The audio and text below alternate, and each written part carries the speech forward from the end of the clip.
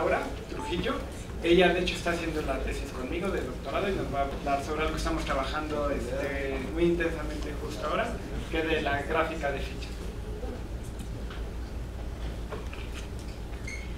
Hola, buenas tardes. Muchas gracias a los organizadores por darme este espacio para hablar, como ya dijo el doctor Ruiz, sobre lo que estamos trabajando ahorita en mi proyecto de doctorado. Les voy a hablar de lo que son las gráficas de fichas y bueno, primero pues, ¿qué es una gráfica de fichas? Consideremos una gráfica G de n vértices y consideremos K un entero entre 1 y n-1, donde este entero K va a corresponder a un número de fichas con el que voy a estar jugando en mi gráfica, de la siguiente manera. Pensemos que tengo aquí esta gráfica G y para ejemplificar la definición voy a tomar dos fichas y lo que voy a hacer es colocar las K fichas en vértices distintos de la gráfica. En principio las fichas son indistinguibles y lo que vamos a hacer es considerar una regla de juego que va a ser las fichas se deslizan de un vértice a otro vértice sin ficha mediante las aristas de G. Entonces, por ejemplo, cuando tengo esta configuración de fichas, puedo mover la ficha que está en Y al vértice central y entonces estoy obteniendo esta configuración de aquí. Ahora puedo mover la ficha que está en el vértice X, bajarla al vértice W y estoy obteniendo esta configuración de fichas y así sucesivamente. Entonces lo que estoy haciendo es tomar un número K de fichas indistinguibles que se van a estar moviendo por las aristas de la gráfica. Es decir, estoy considerando que la gráfica es como mi tablero, donde estoy haciendo los movimientos. La definición es a partir de una gráfica G y un entero K, vamos a definir lo que son las gráficas de K fichas de la siguiente manera. Es una construcción de una nueva gráfica donde cada configuración de fichas va a corresponder a un vértice en mi gráfica FK de G y donde dos de estas configuraciones pues van a ser adyacentes si podemos llegar de una configuración a otra deslizando una ficha mediante una de las aristas de G. Entonces, por ejemplo, consideremos esta gráfica G y pensemos que voy a construir la gráfica de dos fichas.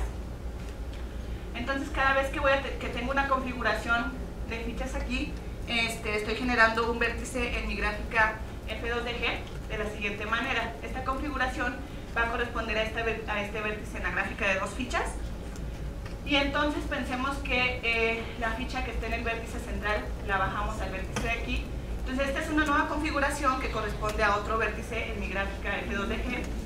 Y fíjense que como moví la ficha por una arista de G, pues lo que estoy obteniendo es que estas dos configuraciones que tenía pues van a ser adyacentes en mi gráfica de dos fichas. Entonces, de esta manera es como se construye la gráfica de dos fichas.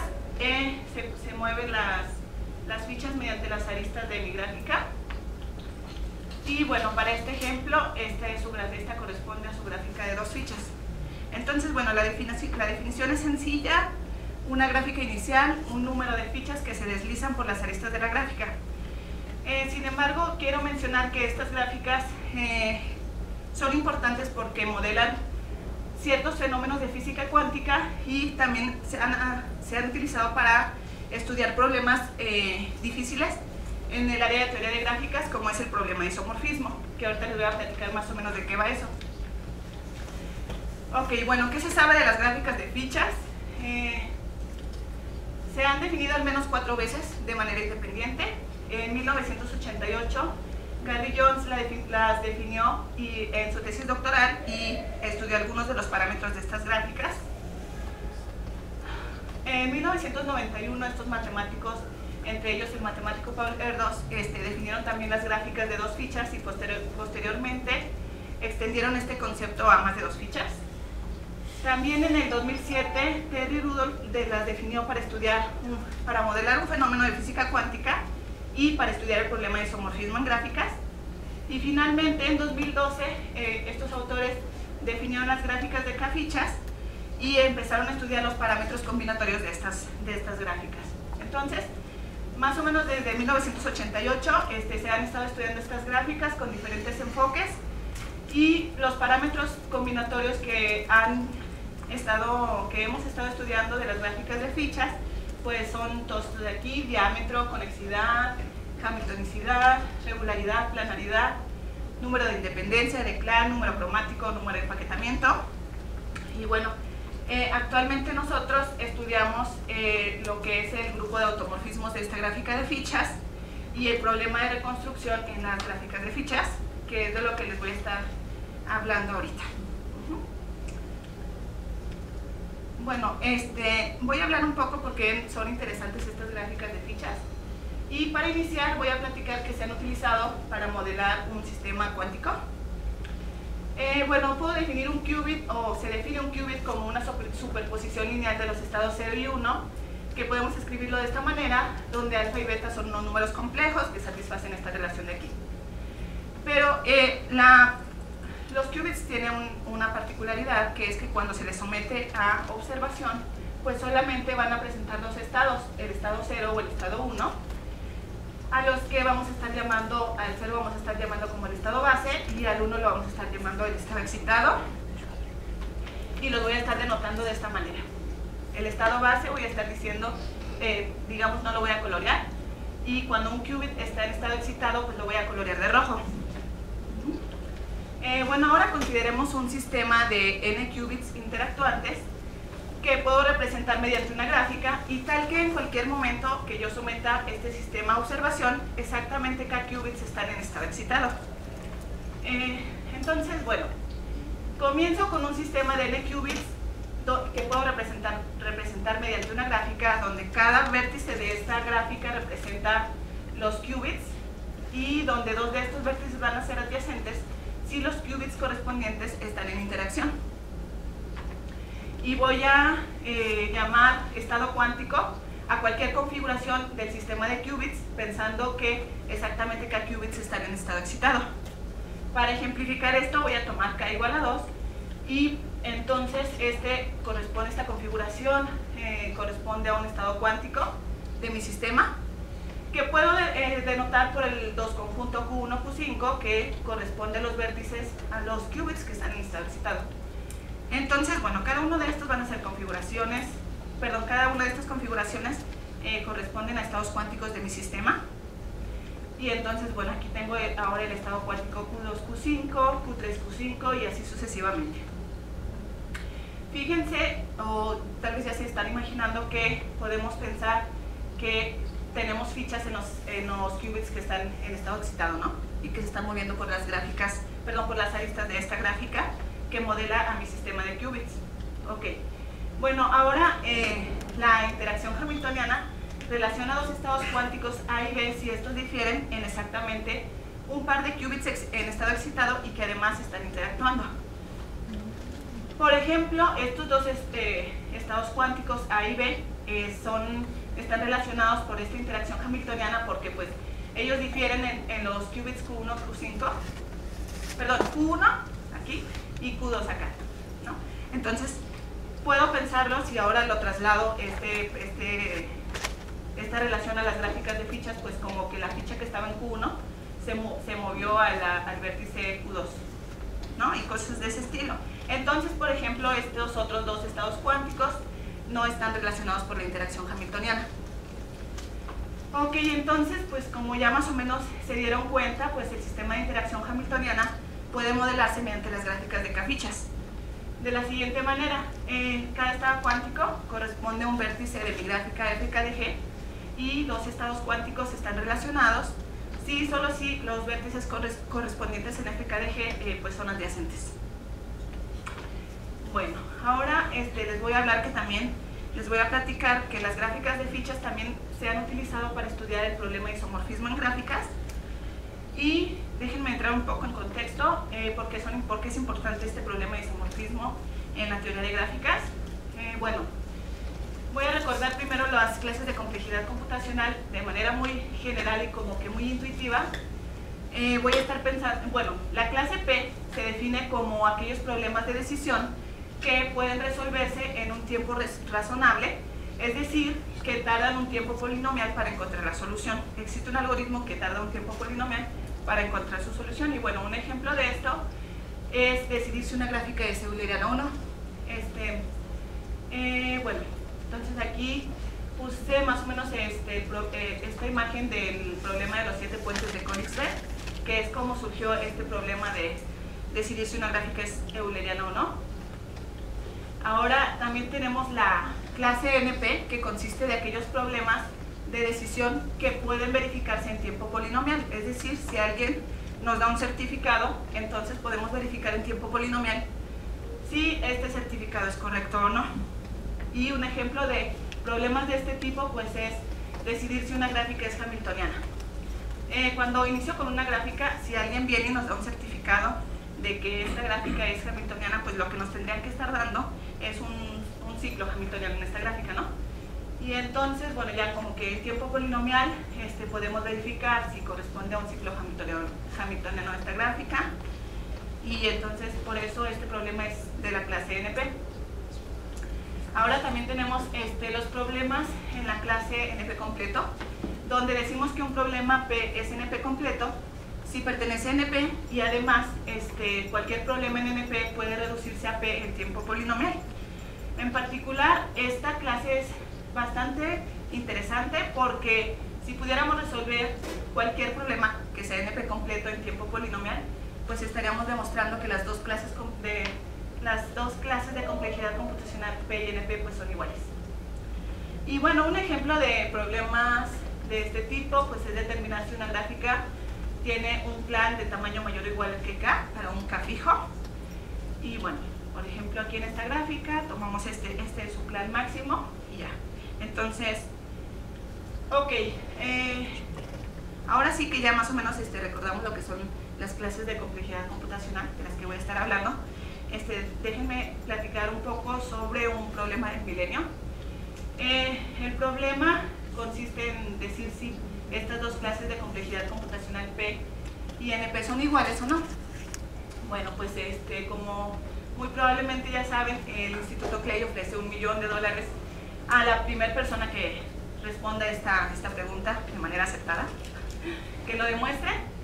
Y entonces el problema va de esta manera. Tenemos que los problemas en P están contenidos en la clase NP, y el problema es decir si estas dos clases son iguales o no.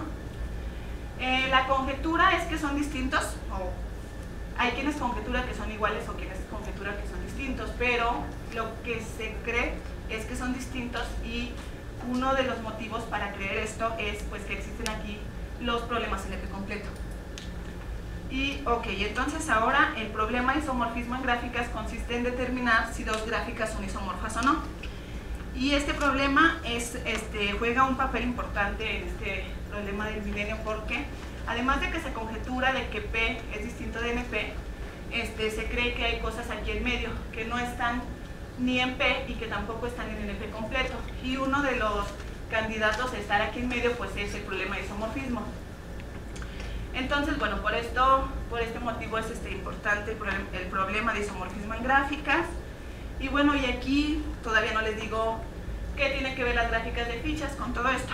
Bueno, pues las gráficas de fichas se han utilizado para estudiar el problema de isomorfismo en gráficas. Y bueno, les voy a recordar rápidamente una definición. Defino el espectro de una gráfica G como el conjunto de eigenvalores con multiplicidades de su matriz de adyacencias.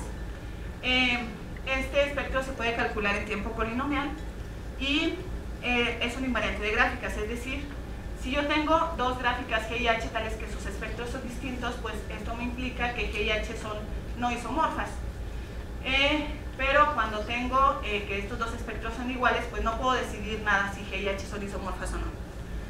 Ok, entonces lo que hicieron es utilizar las gráficas de fichas de la siguiente manera. Tenemos dos gráficas G y H para las cuales queremos determinar si son isomorfas o no.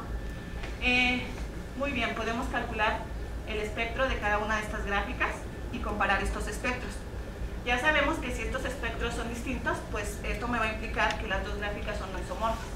El problema surge cuando estos dos espectros son iguales, porque entonces pues no podemos decidir si las gráficas iniciales G y H son isomorfas o no. Lo que hicieron es ahora calcular las gráficas de fichas, de K fichas, FK de G y FK de H, y ahora para un K fijo podemos calcular el espectro de estas dos nuevas gráficas en tiempo polinomial. Y entonces ahora lo que hicieron es comparar estos dos espectros. Otra vez, fíjense que si estos espectros son distintos, pues en particular voy a tener que FK de G es no isomorfa con FK de H, y esto a su vez implica que G y H no van a ser isomorfas. Y otra vez, como antes, el problema surge cuando estos dos espectros son iguales, porque entonces no podemos decidir.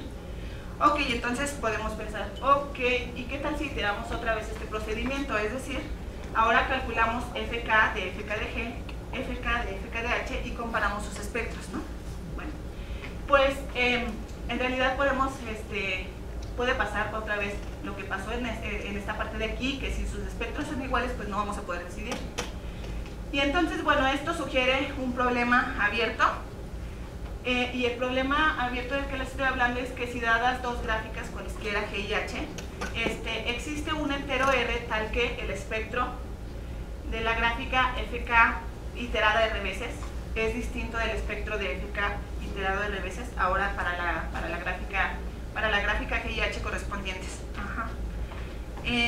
Bueno, si pudieran demostrar que para cualesquiera dos gráficas G y H existe un K fijo y existe un entero R fijo tal que se cumple esto, pues entonces estarían demostrando que el problema de isomorfismo es polinomial, porque pues todo esto me va a costar este tiempo polinomial porque K y R son fijos y bueno, entonces así es como se utilizaron las gráficas de fichas para estudiar el problema de isomorfismo.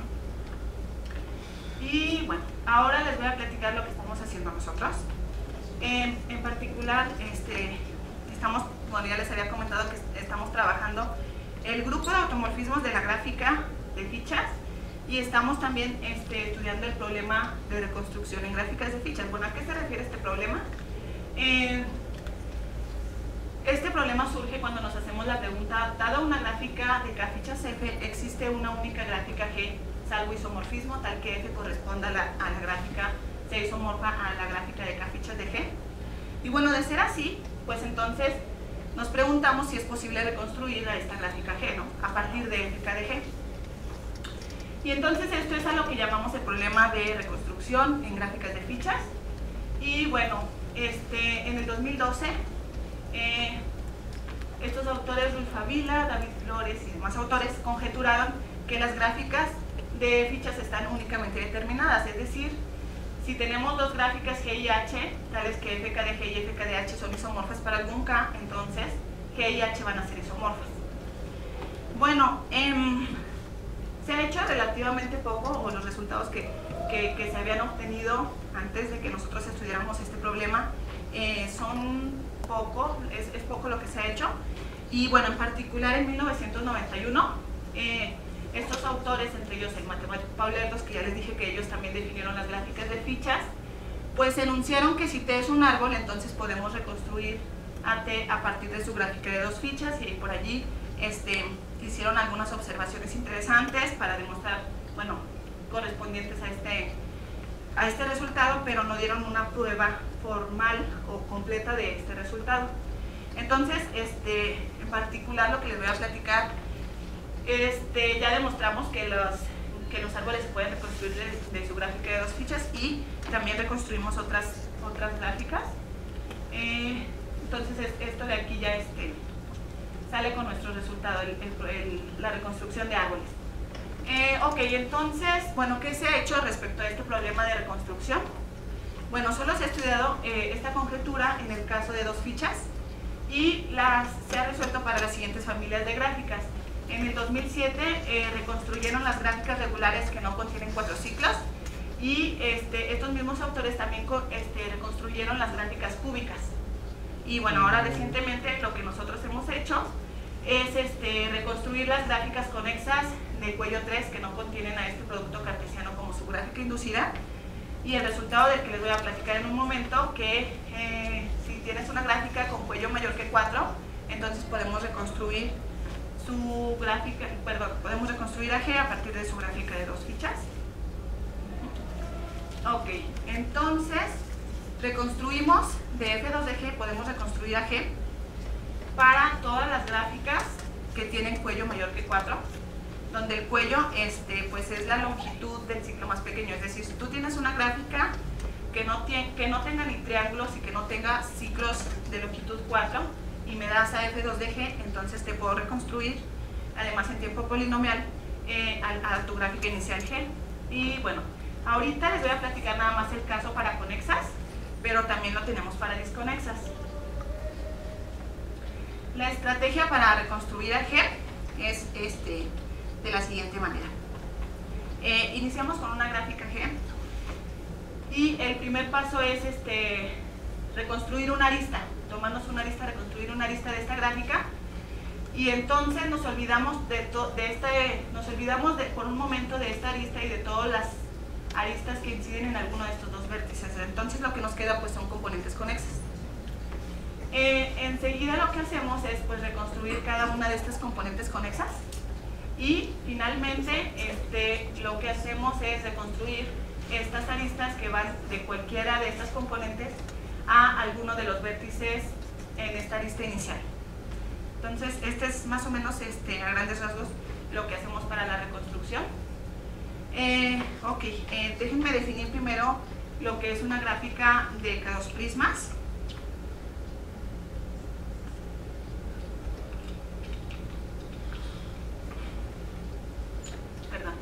Diremos que una subgráfica P de F2 de G va a ser una gráfica de K2 prismas si puedo escribir a P como un producto cartesiano de una gráfica conexa H y de mi K2, ¿no? Donde K2 pues, es una arista. Pues.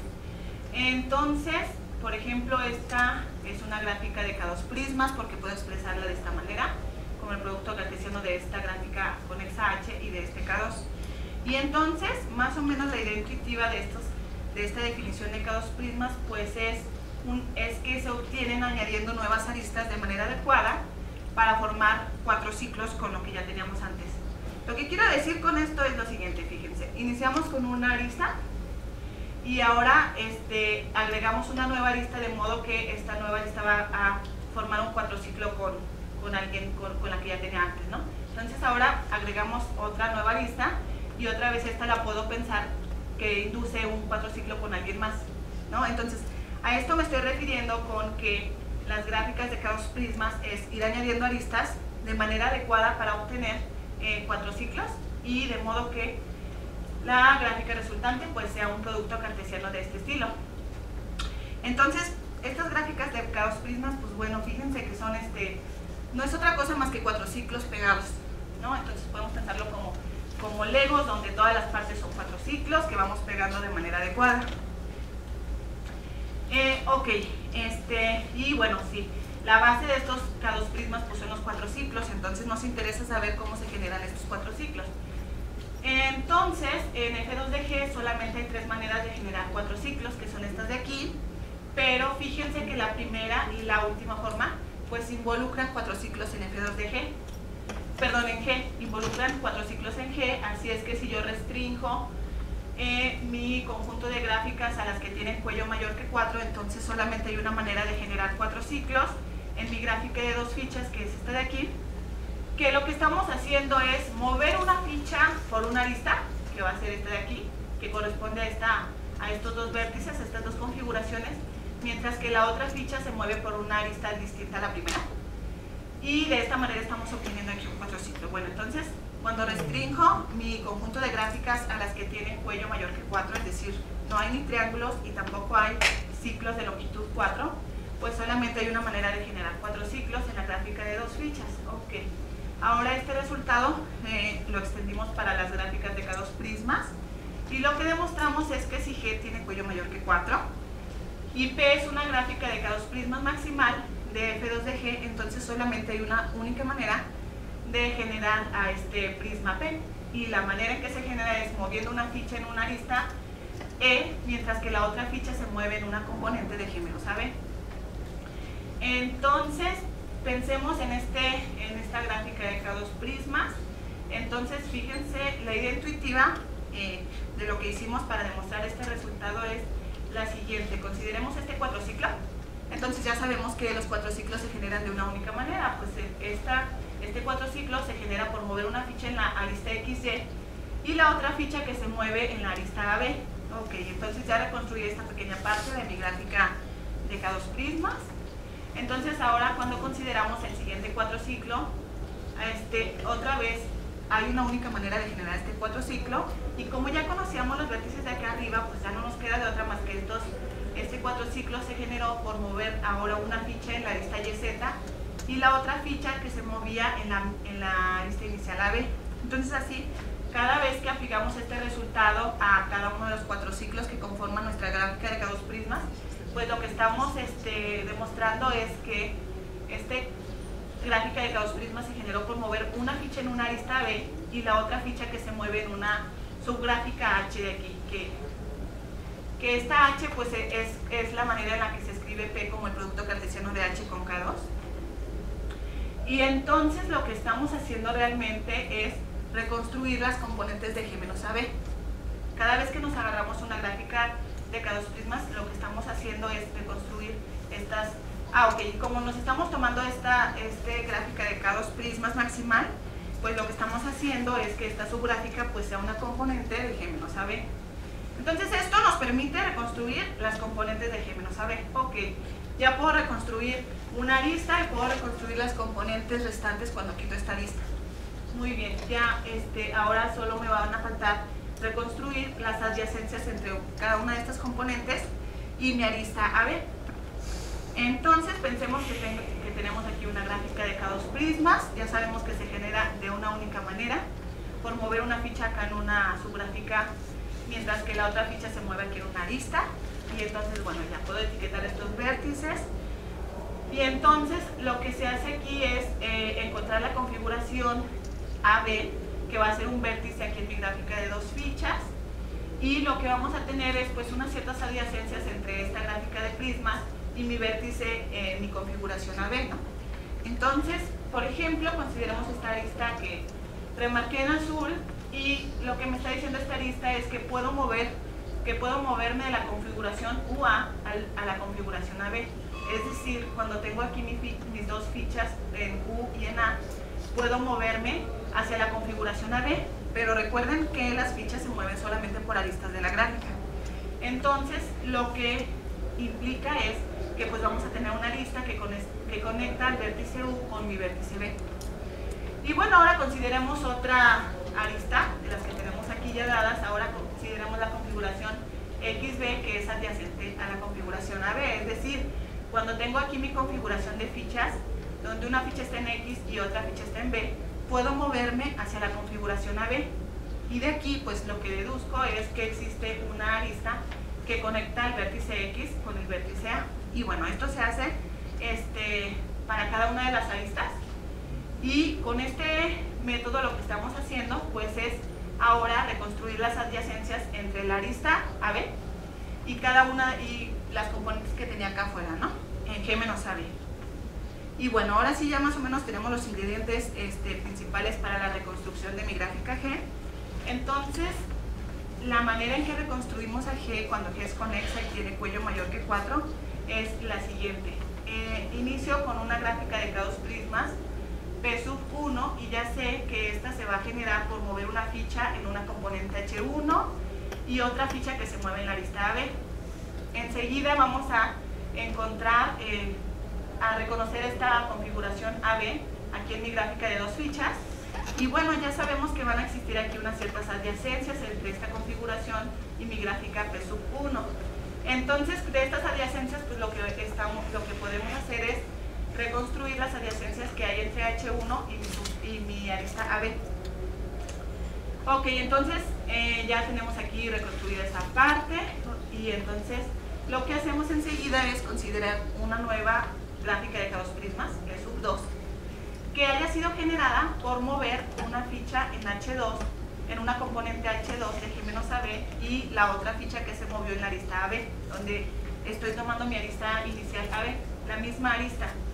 Entonces otra vez, cuando me fijo en estas adyacencias, pues con estas adyacencias de aquí puedo reconstruir las adyacencias que tiene esta componente H2 con mi arista AB. Y bueno, esta podemos repetirlo tantas veces como sea necesario para reconstruir cada una de las componentes de G menos AB. Entonces, bueno, esencialmente esto es de lo que se trata la prueba para las gráficas conexas de cuello mayor que 4. Y bueno, es eso es lo que les quería platicar. Muchísimas gracias.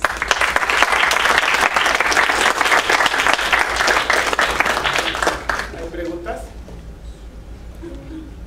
¿Tienes bibliografía de todo esto? No la puse, pero en un momento te la puedo pasar. Sí tengo. Ajá. Creo que es un isomorfismo de gráficas, es una, y otra es, ¿existe alguna cantidad finita de invariantes de las gráficas que me permite decir que dos gráficas son isomorfas? Bueno, primero, el isomorfismo en gráficas, vamos a decir que dos gráficas son isomorfas y más o menos lo que hago es reetiquetar los vértices de una manera distinta, de modo que se sigan conservando las adyacencias que tenía inicialmente. A ver. Entonces es como que dos gráficas, vas a decir que G es isomorfa con H, si más o menos los vértices aquí de mi gráfica en G, los puedo hacer una función biyectiva entre los vértices de aquí hacia los vértices acá de H. Bueno, ahora pensemos que es como algo así.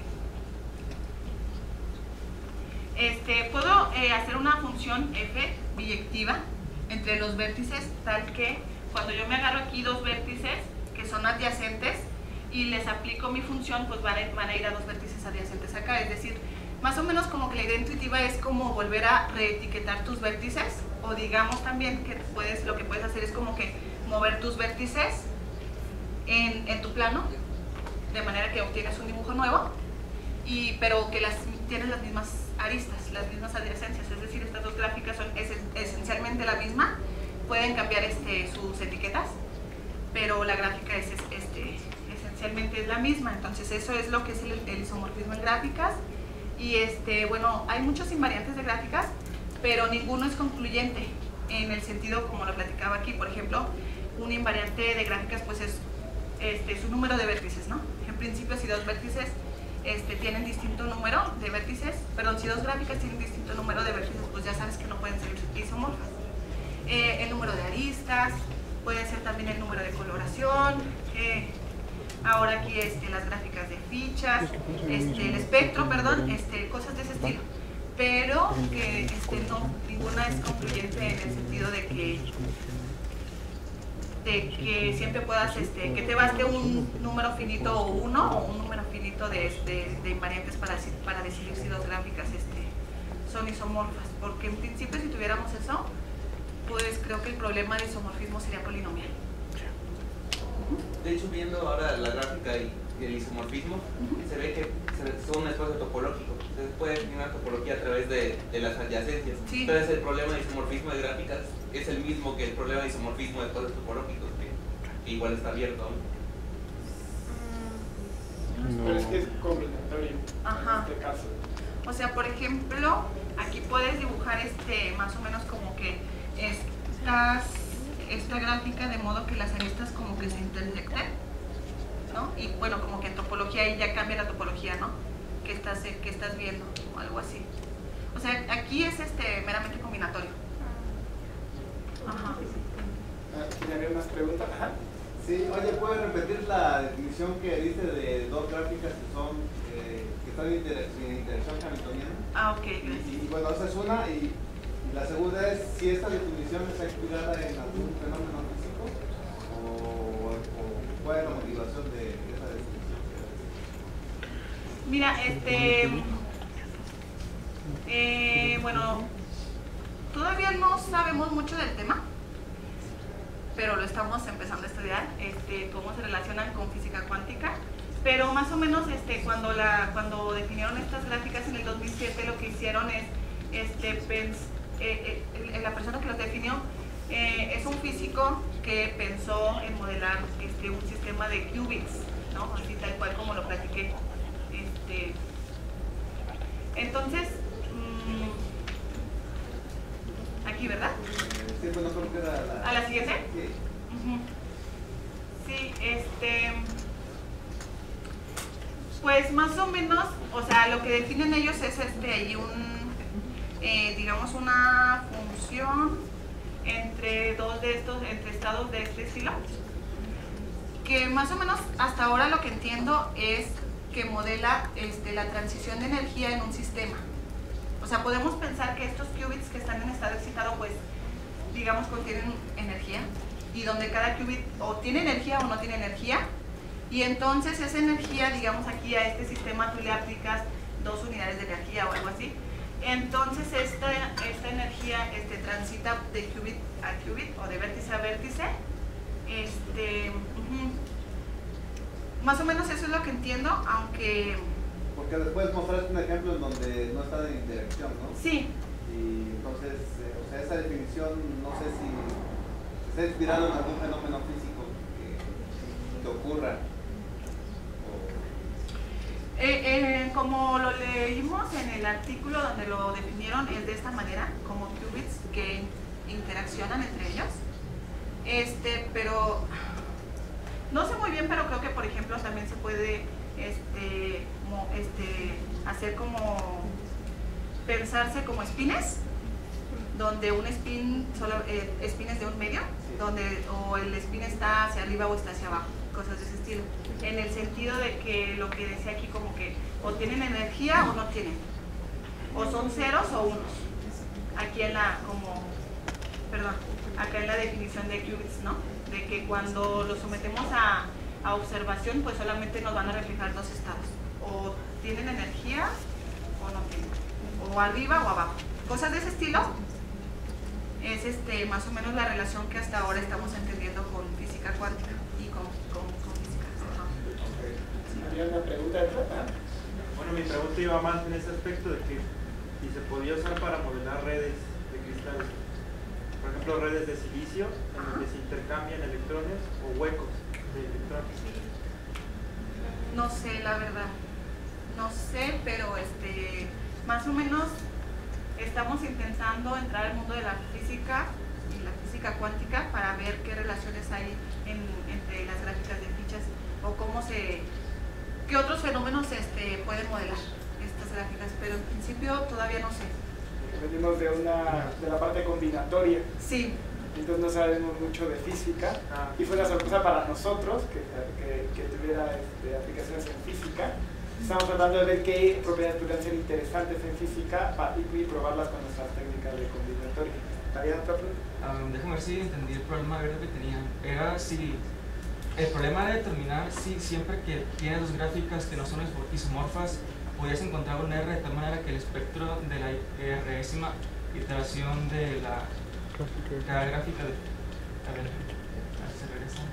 de FKR de G sea distinto al espectro de FRK de la otra gráfica. Sí. Okay. Ajá, sí, ese es el problema. Pero, o sea, lo interesante, bueno, si pudiéramos encontrar este R, pues claro que sería muy interesante porque entonces pues ya más o menos basta con iterar R veces para cualquier par de gráficas para decidir si son isomorfas o no. Ahora, si además de eso, este entero R es un número fijo, por ejemplo 2 o 3 o 100, entonces para todas las gráficas G y H, para cualquier par de gráficas, entonces, y K también es fijo, entonces estaría situando el problema de isomorfismo en la clase de los polinomiales. Porque calcular la gráfica de K fichas es polinomial, y entonces si tienes R y K fijos, lo que estás haciendo es también polinomial. Muy grande, pero polinomial. Si R fuera polinomial con respecto al orden de G también. ¿Mande? Si R fuera polinomial con respecto al orden de G. Ajá. También. O sea, también sería el problema de la variedad polinomial. No, porque las gráficas FK de G tiene n en 2 vértices, perdón, n en K, ¿no? Entonces eso ya lo hace de orden O de n a la K.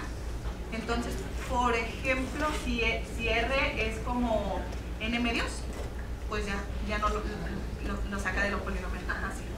Pero claro que también es interesante. Ajá.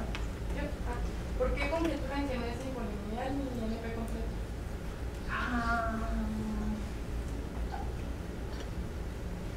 No, creo que no sabría responder esa respuesta. Hay un libro todo un libro donde explican por qué se cree que no es ni polinomial ni NP completo, pero hasta ahora el mejor algoritmo es subexponencial.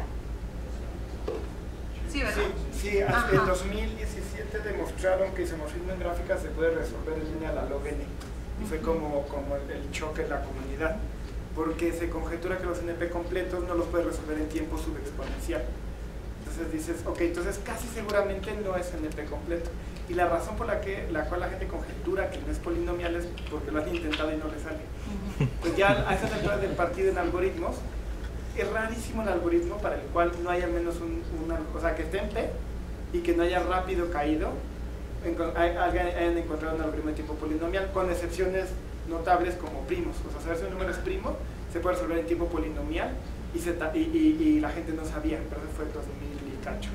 Pero entonces es uno de estos que llevan años y dicen, yo ya casi seguro no es polinomial, pero como no sabemos si P es igual a NP, pues tampoco, o sea, demostrar que no está en P implicaría demostrar que P y NP son distintos. Más preguntas en lo que si quieren sigan haciendo.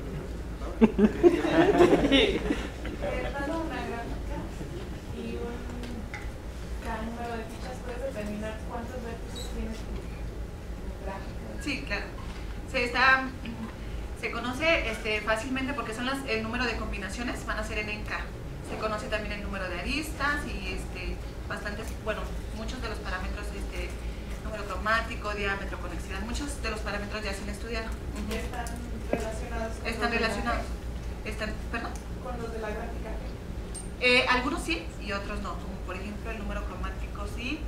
Esencialmente, bueno, como por ejemplo el cuello no, porque el cuello de la gráfica de K-fichas siempre va a ser menor o igual que 4, por lo que platicaba de los 4 ciclos, y en principio no depende de si G tiene tal cuello. Por ejemplo, un árbol, ¿no?, que tiene cuello infinito, de todos modos su gráfica de K-fichas va a tener cuello 4. Cosas de ese estilo. Algunos parámetros sí están relacionados con los parámetros correspondientes de G y otros no.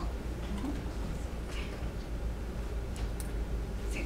Por ejemplo, si G es K regular, ¿puedes decir algo acerca de la gráfica de fichas? Diámetro, grado promedio. Sí, por ejemplo en diámetro ya hay ya hay cotas por los dos lados que son justas para todo K.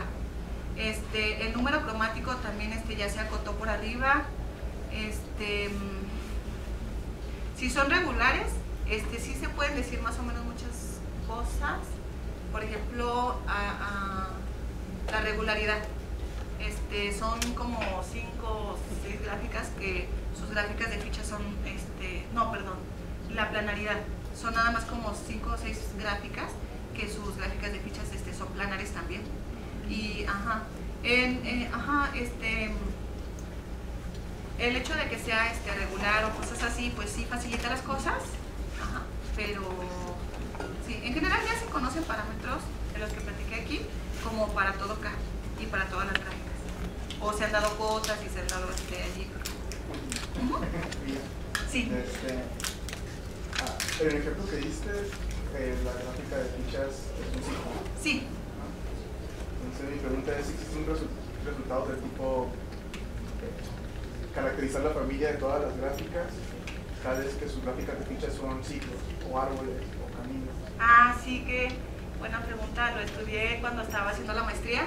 La única gráfica ciclo que corresponde a hacer la gráfica de fichas de alguien es C6, y es para este caso que de aquí, ¿no?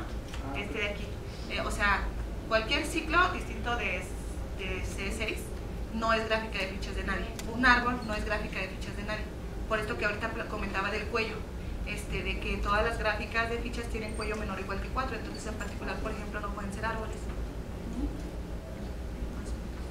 ¿Alguien más? Sí. De tus problemas, bueno, en particular lo que estás trabajando, ¿se conocen resultados o avances para cámaras? Sí, bastantes resultados de estos parámetros que mencioné. Nosotros estamos estudiando el problema de automorfismos para todo K, por ejemplo. Pero el problema de reconstrucción, el problema de reconstrucción solo se ha estudiado para 2 fichas. Y prácticamente más o menos lo que hay es esto de las gráficas regulares que no contienen 4 ciclos y lo que hicimos nosotros. Sí, pero sí, en general en los demás parámetros sí se han estudiado para todo campo. Sí, gracias. Sí, yo sabía que le preguntara. Gracias.